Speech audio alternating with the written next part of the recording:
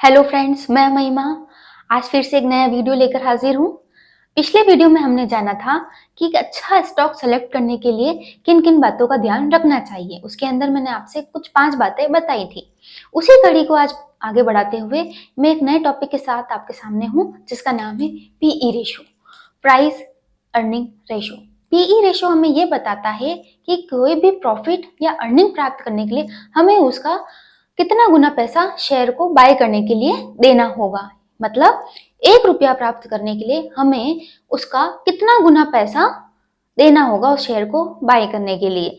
इसके मैं आपको एग्जांपल के थ्रू बताती हूँ और इसका एक छोटा सा फॉर्मूला भी है। तो आइए चलिए देख। पी शो करता है प्राइस, ई शो करता है अर्निंग को। इसका फॉर्मूला यह कहता है प्राइस ऑफ शेयर, यानी कि शेयर की जो मार्केट प्राइस है वो, और जब उसको भाग दे देते हैं earning per share. For example, अभी एक कंपनी की शेयर प्राइस 300 रुपए चल रही है।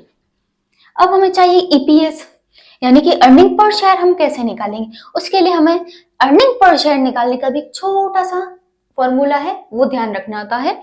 अर्निंग पर शेयर निकालने के लिए हमें प्रॉफिट आफ्टर टैक्स, यानी कि जो भी कंपनी को सालाना प्रॉफिट हुआ है उसका टैक्स काटने के बाद जो वैल्यू बचती है वो, और नंबर ऑफ लिस्टेड शेयर जो है उसका को हमको भाग देना है।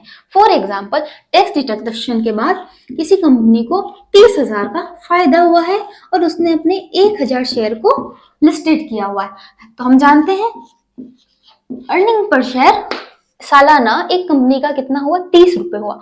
अब इस वैल्यू को हम रखते हैं यहाँ पे, तो हम कह सकते हैं यहाँ पे वैल्यू आ जाती है 10। तो उस कंपनी की पीई वैल्यू क्या है, 10।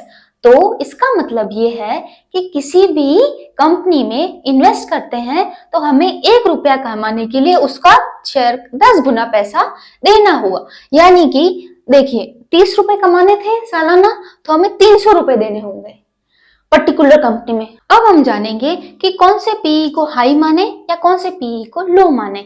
जनरली जो वैल्यू में हाई होता है उसे हाई, और वैल्यू में लो होता है उसे लो माना जाता है। पर फिर भी हम उसको एलिबरेटिव टर्म में बात करेंगे। उसके लिए फिर से हमें एक और नई चीज जाननी होगी, जिसको बोलते हैं इंडस्ट्री पीई।